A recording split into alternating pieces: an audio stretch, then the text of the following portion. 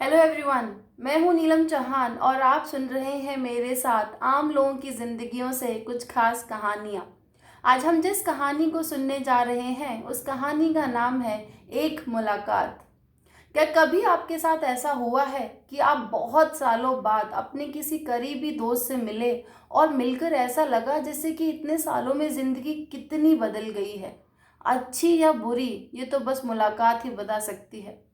ये कहानी ऐसी ही एक मुलाकात की है जिसमें दो सहेलियां एक दूसरे से बहुत सालों बाद टकराईं। आसिफा बेगम और क्लैरिन नॉन्गबैट आज से बहुत सालों पहले पुणे जैसे बड़े शहर में एक कंपनी में साथ नौकरी किया करती थीं। दोनों ही महिलाएं कुछ 35 से 40 वर्ष की उम्र की थीं। इन दो महिलाओं में अलग ट्रेडिशंस, अलग कल्चर, अलग धर्म, अलग रहन सहन, अलग पहनावा, इतनी सारी अलग चीज़ें होने के बाद भी कुछ खास समानताएं थीं जिन्होंने इन्हें बहुत अच्छी सहेलियां बना दिया। इन दोनों महिलाओं ने अपने हस्बैंड्स का चुनाव एक लव मैरिज से किया था। दोनों ही महिलाएं नॉनवेज खाने की खासी शौकीन थीं और दोनों ही महिलाओं का मानना था कि ज़िंदगी में इंडिपेंडेंस और खुद की इनकम होने का बहुत ही इम्पोर्टेंट रोल होता है। पर अगर इन समानताओं के बाहर किसी चीज़ ने इन दो सहेलियों को सबसे ज़्यादा जोड़ा था तो वो था उनका कॉमन दर्द। दोनों ही महिलाओं ने अपनी शादी अपनी मर्जी से की थी और वो अपने अपने हस्बैंड के साथ खुश थीं। पर शादी के कुछ सालों बाद हर दंपति और हर परिवार अपनी ज़िंदगी में एक बच्चे की उम्मीद रखता है, पर इंसान की हर उम्मीद तो सच नहीं होती। शादी के इतने सालों बाद भी इन दो महिलाएं अपनी ज़िंदगी में एक नन्हे बच्चे के किलकारियों के लिए तरस रही थी। और इसी कॉमन दर्द ने इन दो महिलाओं को पहले एक दूसरे से बातचीत और फिर अच्छी सहेलियों की तरह जोड़ दिया। ये अक्सर ऑफिस में अपने दर्द को एक दूसरे के साथ बांट लिया करती और उम्मीद करती कि आने वाला समय उनके लिए कुछ खुशी लेकर आएगा। इस कॉमन दर्द में शायद क्लैरिन नॉन्गबेट की हालत आसिफा बेगम से थोड़ी सी बेटर थी। वो इस बड़े मॉडर्न शहर में अपने हस्बैंड के साथ अकेली रहा करती थी, जो उनके दर्द को समझते थे और उन्हें सपोर्ट करते थे। इसके बिल्कुल विपरीत आसिफा बेगम एक कंजर्वेटिव जॉइंट फैमिली में रहती थी, जहां उनके दर्द को समझा कम और उन्हें बदकिस्मत होने का एहसास ज़्यादा दिलाया जाता था। दोनों ही सहेलियों ने न जाने इस शहर में कितने ही फर्टिलिटी क्लिनिक्स के चक्कर काटे, अनेकों दवाइयाँ खाईं, पर कुछ खास असर हुआ ही नहीं। हर बार डॉक्टर से बस यही सुनने को मिलता कि हम कोशिश कर रहे हैं, आप अपना ध्यान रखें, स्ट्रेस ना लें, आपको ज़िंदगी में खुशी ज़रूर महसूस होगी। पर वो खुशी कब आने वाली थी? आज से कई साल पहले आसिफा बेगम ने अपने करियर की शुरुआत कॉलेज ख़त्म करने के बाद एक बाइक शोरूम में एक सेल्स एग्जीक्यूटिव की तरह की थी और यहीं उनकी मुलाकात उनके शौहर से हुई। शादी करने के कुछ सालों बाद भी जब वो प्रेग्नेंट नहीं हो पाई तो उन्हें लगा कि शायद काम के स्ट्रेस के कारण उन्हें बच्चा नहीं हो रहा है, इसलिए उन्हें अपने काम से एक ब्रेक ले लेना चाहिए और उन्होंने ऐसा ही किया। घर में 4 साल रहने के बाद भी जब वो प्रेग्नेंट नहीं हो पाई तो उनका दुख डिप्रेशन में बदलने लगा और डॉक्टर्स की एडवाइस मानकर उनके शौहर ने उन्हें फिर से एक बार काम पर जाने की सलाह दी। उनका मानना था कि काम पर जाने से शायद उनका ध्यान बढ़ जाए, वो बिजी रहने लगे और अपने दुख से उभर पाएं। और क्लैरिन से मिलने के बाद उस ऑफिस में आसिफा बेगम के साथ ऐसा ही हुआ। वो एक बार फिर से आम तरह की ज़िंदगी जीने लगी और खुश रहने लगी। दोनों महिलाओं ने उस ऑफिस में एक साथ 3 साल बिताए और 3 साल बाद क्लैरिन अपने हस्बैंड के साथ हमेशा के लिए कनाडा शिफ्ट हो गई। जगह और प्रोफेशन बदल जाने के बाद हम चाहे पुराने दोस्तों से कितना ही टच में रहने की कोशिश करें, जगह के फासलों के साथ रिश्ते में भी कुछ फासले आ ही जाते हैं। इन दोनों सहेलियों के साथ भी बिल्कुल ऐसा ही हुआ। शुरुआती कुछ दिनों में एक दूसरे से बातचीत करने के कुछ सालों बाद महिलाएं दोनों अपनी अपनी ज़िंदगी में मशरूफ़ हो गईं। क्लैरिन के कनाडा चले जाने के ठीक एक साल बाद आसिफा बेगम के शौहर काम के सिलसिले में उन्हें एक दर्द और परिवार के तानों के बीच अकेला छोड़कर विदेश चले गए।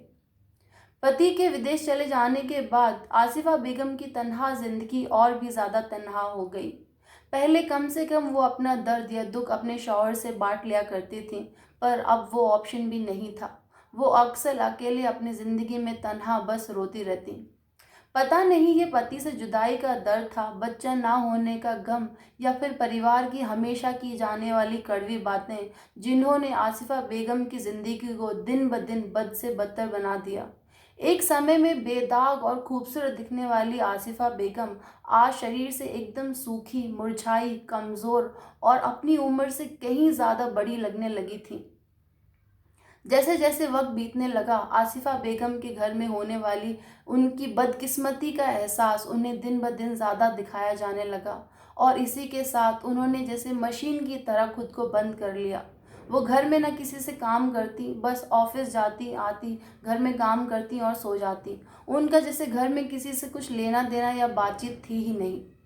उन दिनों आसिफा बेगम के घर में उनकी छोटी ननद की शादी की तैयारियां चल रही थीं, और घर हमेशा मेहमानों से भरा रहता।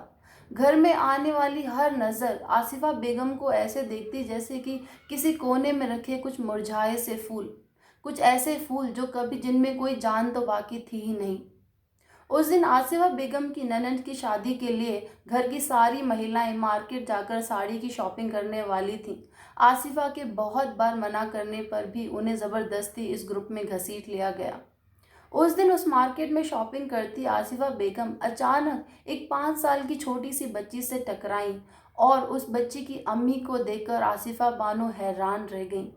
उस बच्ची की अम्मी उनकी पुरानी सहेली क्लैरिन नॉन्गबेट थी। जब उस मार्केट में उस दिन उन दोनों सहेलियों की मुलाकात हुई, तो क्लैरिन ने आसिफा को बताया कि कनाडा जाने के बाद उनकी ज़िंदगी कितनी बदल गई। उनके परिवार ने उनके दुख में उनका कितना साथ दिया। उनसे कभी भी उनके बच्चे के बारे में कोई सवाल पूछा ही नहीं गया। उस परिवार का पूरा ध्यान बस उनकी सेहत और उन्हें खुश रखने पर रहा। कनाडा में मिलने वाले नए दोस्तों ने क्लैरिन और उनके हस्बैंड को एडॉप्शन के लिए एनकरेज किया, और इसी के लिए वो इंडिया आ गई। इस नन्ही सी बच्ची के उनके घर में आने से वो खुशी जिसके लिए वो सालों तरसती रही, वो उन्हें मिल गई थी, और उनकी ज़िंदगी में बस खुशियाँ ही खुशियाँ आ गई थी। अपनी दोस्त की इन बातों को सुनते हुए आसिफा बेगम जैसे इन ख्यालों में खोती रह गईं। उन्होंने हर उस बात को याद किया, वो कड़वी याद जो उनका परिवार दिन ब दिन उन्हें देता था। उनका बस यही सोचना था कि अगर क्लैरिन की तरह मेरा परिवार भी मुझे सपोर्ट करता तो शायद ज़िंदगी कुछ और हो सकती थी। बस इतनी ही थी आसिफा बेगम और उस मुलाकात की वो कहानी। आसिफा बेगम की कहानी मुझे ये सोचने पर मजबूर कर देती है कि परिवार वो पहली जगह है जहाँ इंसान खुशी और अपने आप को ढूंढता है। जब आपका सबसे बड़ा सपोर्ट सिस्टम ही आपका साथ ना दे तो फिर इंसान क्या करे। शायद ये वो समय होता है जब इंसान खुद पर यकीन करे और अपनी ज़िंदगी में कुछ मुश्किल फ़ैसले ले। जब कोई भी आपका सहारा ना बने तो आप खुद अपना सहारा बने। यकीन करें कि जब आप खुद पर विश्वास करेंगे तो हर किसी का रवैया आपकी तरफ दिन ब दिन बदलता चला जाएगा।